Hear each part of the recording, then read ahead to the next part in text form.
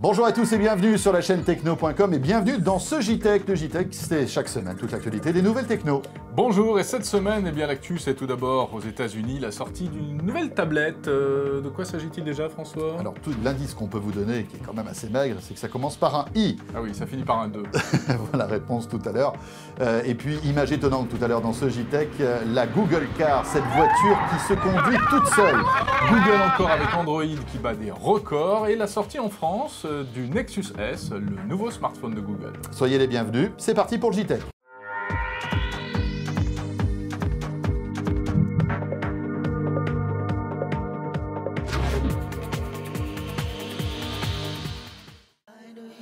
Le JTech avec OrangeInnovation.tv, la web TV qui simplifie la vie numérique. Alors effectivement, c'est vrai qu'on en parle souvent, et cette semaine, c'est encore Apple qui fait l'actu. On en remet une couche en fait. Ouais, voilà, avec la sortie aux États-Unis de l'iPad 2 qui arrivera en France, vous le savez, le 25 mars. Voilà, ça y est, il est disponible depuis quelques heures maintenant aux États-Unis, cet iPad 2. Bon, alors déjà, on peut dire, Jérôme, que le premier opus de cet iPad a été un succès, hein, 15 millions d'exemplaires vendus. 15 millions d'exemplaires, Apple est numéro 1, il surfe sur la vague des tablettes, et il espère avec cette nouvelle version, qui est juste une mise à jour, conserver l'avantage par rapport à ses principaux concurrents. Alors rappelons qu'elle est plus fine, plus légère, plus puissante et qu'elle embarque deux petites caméras qui vont nous permettre en fait, entre autres, de faire de la visiophonie. Alors certains journalistes américains l'ont déjà eu en main, hein, cette tablette iPad 2, et les résultats sont plutôt positifs. Positif, mais avec quelques bémols quand même. Il paraît que notamment la qualité des appareils photo ne serait pas forcément exceptionnelle. Bon, ça, on se fera notre propre idée bientôt, parce qu'évidemment, à la chaîne Techno, nous aurons un iPad 2 entre les mains très prochainement et on vous dira tout. On vous fera un test complet, bien sûr.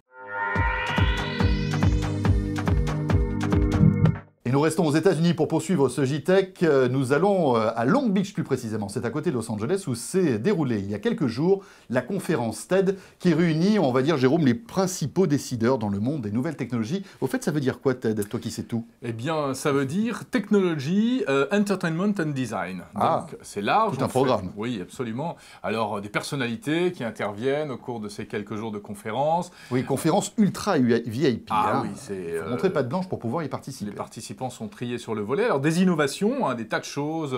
Tiens, cette année, présenté par exemple cette imprimante 3D qu'on a déjà vu nous en France, cela dit. Hein, oui, alors bon, c'était avant, hein, ça fait un peu moins rêver que Long Beach, mais voilà, il y a une société française qui est spécialisée là-dedans. Et ils présentaient donc ce genre d'imprimante à TED. Mais bon, il n'y a pas que ça, il n'y a pas que l'imprimante 3D, il y a des tas d'autres innovations. Par exemple, une société suédoise a fait la démonstration d'une espèce de Google Earth amélioré. Regardez ça, des images en 3D. Alors, ce que vous voyez là, ce n'est pas véritablement une vue aérienne de New York, ce ne sont que des images de synthèse. C'est en quelque sorte, voilà, un super jeu vidéo. Alors comment arrive-t-on à avoir cette image aussi précise, Jérôme? C'est quoi? C'est une modélisation en fait de tous les immeubles, de tout l'environnement qu'on est en train de voir, c'est ça? Exactement, à partir de technologies qui normalement sont réservées au domaine militaire. En fait, c'est dérivé des outils militaires qui servent pour le guidage des missiles. Ah oui, donc ça rigole pas. Hein. Alors je ne sais pas si on pourra un jour arriver à numériser avec une telle précision le monde entier, mais en tout cas ça fait rêver. Alors autre innovation présentée lors de ce TED, et qu'on va vous faire découvrir maintenant grâce à Dominique Pieutet, qui a suivi pour nous cette conférence, hein, TED, qui se déroulait donc, on le disait, à côté de Los Angeles, c'est la fameuse Google Car, Jérôme. La Google Car, la voiture qui avance et qui roule toute seule, une voiture pilotée par ordinateur. C'est absolument spectaculaire et Dominique Pieutet a pu monter à l'intérieur. Venez vous embarquer vous aussi. Eh bien oui, mon cher Jérôme, mon cher François, nous allons essayer enfin la voiture de Google, la voiture sans chauffeur, on en a beaucoup parlé, la voilà. Elle se conduit sans les mains, sans les bras, sans rien, en fait, elle se conduit sous seule, elle se conduit sans vous. Eh bien maintenant, âme sensible, préparez-vous, puisque c'est notre tour. Je monte dans la voiture, je salue mes amis, et voilà, un grand moment, je dois dire. La caméra va trembler un peu, mais c'est normal. Cœur sensible, on s'accroche. Oh my God.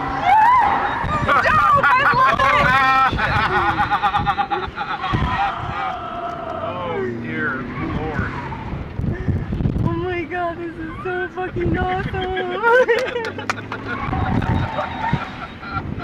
Oh.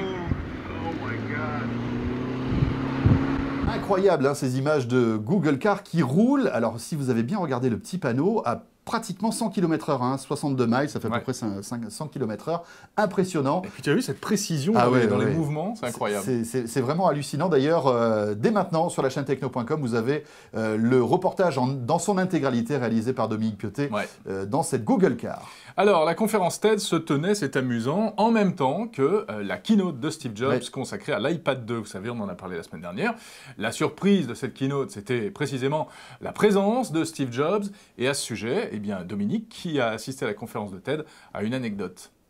Allez, je ne résiste pas. Une petite anecdote pour terminer. J'étais assis à côté de Bill Gates, et oui, pendant la conférence, juste au moment où Chris Anderson, le patron de TED, est monté sur scène pour annoncer que c'était Steve Jobs lui-même qui, à San Francisco, annonçait l'iPad 2, la sortie de l'iPad 2.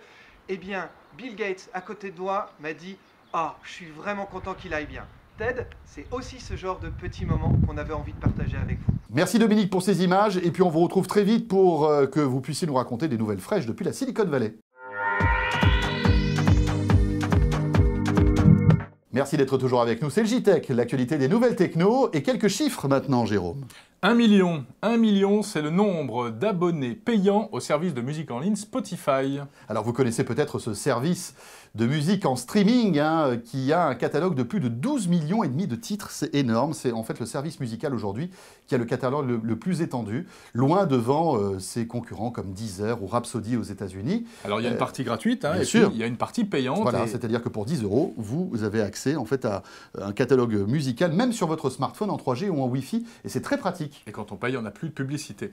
Alors 1 million, ça représente à peu près 15% du nombre total d'utilisateurs de Spotify. Et ce qui est intéressant au-delà de cette société en particulier, c'est que peut-être que le modèle de la musique en streaming est en train finalement de trouver sa vitesse de croisière. Voilà, et tous les regards sont tournés du côté d'Apple qui ne propose pas encore ce service. On sait que Steve Jobs a été longtemps un peu réticent à proposer ses offres en fait, d'abonnement pour écouter de la musique. Peut-être va-t-il changer d'avis. Et puis je crois surtout qu'il a du mal à négocier auprès des ayants droit. Comme d'habitude. Ouais. Autre chiffre, alors là ça concerne le Kinect de Microsoft, le jeu sans manette. Alors là c'est beaucoup plus, c'est 10 millions, on monte là, il y a une surenchère, 10 millions de Kinect vendus en 4 mois. Je crois que c'est l'un des lancements de produits high-tech les plus réussis depuis l'histoire de l'industrie high-tech. 10 millions donc de Kinect, rappelons-le, cet accessoire qui se branche sur votre console Xbox 360 et qui vous permet de vous passer des manettes. Donc c'est pas mal pour Microsoft, c'est bien pour le jeu vidéo, et puis en plus 10 millions d'accessoires vendus, ça veut dire que le marché des jeux, les ventes de jeux qui utilisent cette technologie, évidemment eux aussi sont en hausse, donc c'est bon pour toute l'industrie. Allez, on reste dans les bons chiffres, dans les performances avec cette information venant des États-Unis. Ça y est, Android, le système de Google pour smartphone, est devenu numéro 1 outre-Atlantique. Et oui, Android fait plus fort que l'iPhone et que BlackBerry. Cela dit, c'est une information qu'on attendait toutes et tous, puisque aujourd'hui, Android est le système d'exploitation le plus adopté par les constructeurs. Aujourd'hui, tous les constructeurs ont au moins dans leur gamme un smartphone avec Android. Le rouleau compresseur Android se met en route. Alors c'est amusant puisque, simultanément, voilà que sort en France le nouveau téléphone Google, le 3e smartphone, on va dire 100% Google, c'est le Nexus S. Effectivement, que je suis en train de vous montrer le Nexus S qui est fabriqué par Samsung, mais dont les particularités, en tout cas toutes les spécificités techniques ont été dictées par Google. Et ce téléphone nous promet une expérience Google ultime. Alors qu'est-ce que c'est que justement l'expérience Google ultime?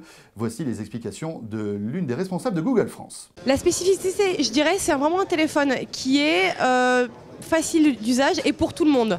C'est un téléphone qui est aérodynamique, qui marche très bien, qui a un très bel écran également, mais qui a des nouveautés également. Vous avez la puce NFC qui vous permet de faire par exemple, de passer pour les transports ou même de payer grâce à votre téléphone.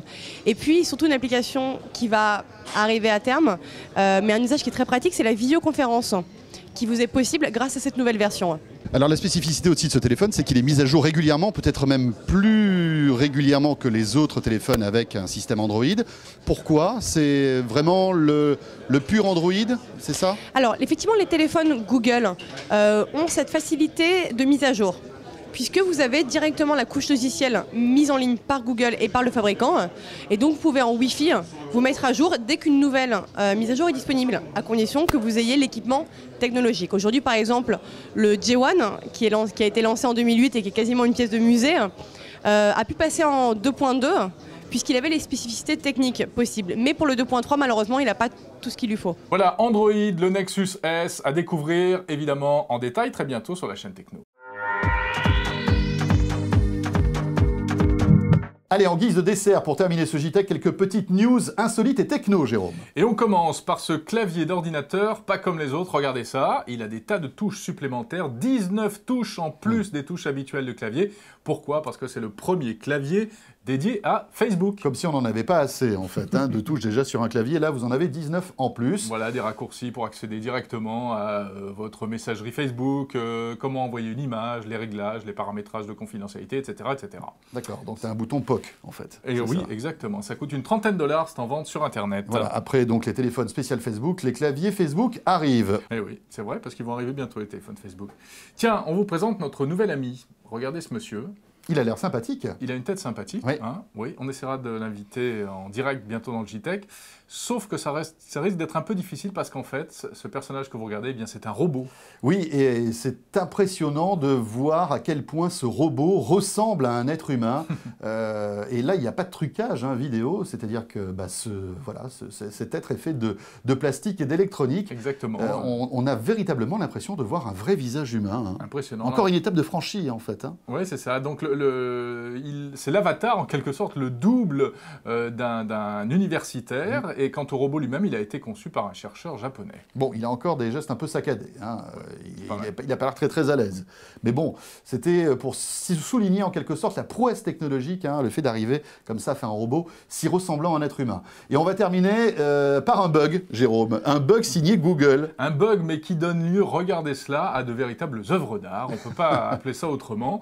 Lorsque l'algorithme de Google se met à cafouiller pour Google Earth, eh bien, cela donne ça, des photos un peu délirantes avec des routes molles, voilà, des croisements surréalistes. Il y a un blogueur qui s'est amusé en fait à sélectionner, à regarder toutes les photos un peu bizarroïdes et les a regroupées donc sur un site web qu'on vous invite à visiter. Alors comment c'est possible? Eh bien, il faut savoir que Google Earth est fabriqué en fait avec des photos, une cartographie qui vient du satellite. Ouais. Et on peut imaginer que lorsque Google essaie automatiquement de regrouper ces photos, parfois il y a des bugs, surtout lorsqu'il y a par exemple des routes ou si tu veux des intersections ou des choses rectilignes. Avec des changements de niveau, d'altitude aussi. Effectivement, donc ça donne des résultats assez bizarres. C'est magnifique, ça fait un peu Salvador Dali. Hein. Oui, c'est vrai. Il aurait adoré ça. C'est étonnant. Bien. Voilà. Ce JTech est terminé. Oui. Merci de nous avoir suivis. On se retrouve bien sûr la semaine prochaine pour survoler encore une fois toute l'actualité des nouvelles technologies. N'oubliez pas, vous pouvez nous retrouver sur votre smartphone, sur iPhone avec l'application La Chaîne Techno, sur Android aussi avec l'appli Android qui vient d'arriver, sous Windows Phone aussi, et puis bien sûr sur le web et sur la TNT, hein, Jérôme. Sur la TNT dans la région de Lyon, sur TLM, et puis le JTech est également diffusé chaque semaine sur orangeinnovation.tv. Voilà, vous ne pouvez pas nous rater. Voilà, on allait oublier iTunes aussi, hein, où on est disponible. Bon, sinon on se retrouve évidemment sur la chaîne techno.com. Passez une très bonne semaine, à bientôt. Salut à tous.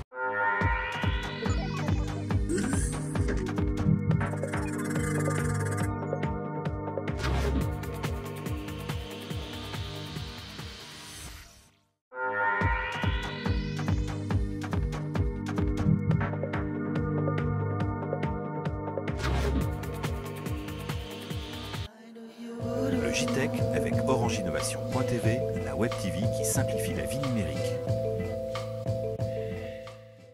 Et pour terminer ce JTech, le tour de magie de Raymond Jérôme Copperfield.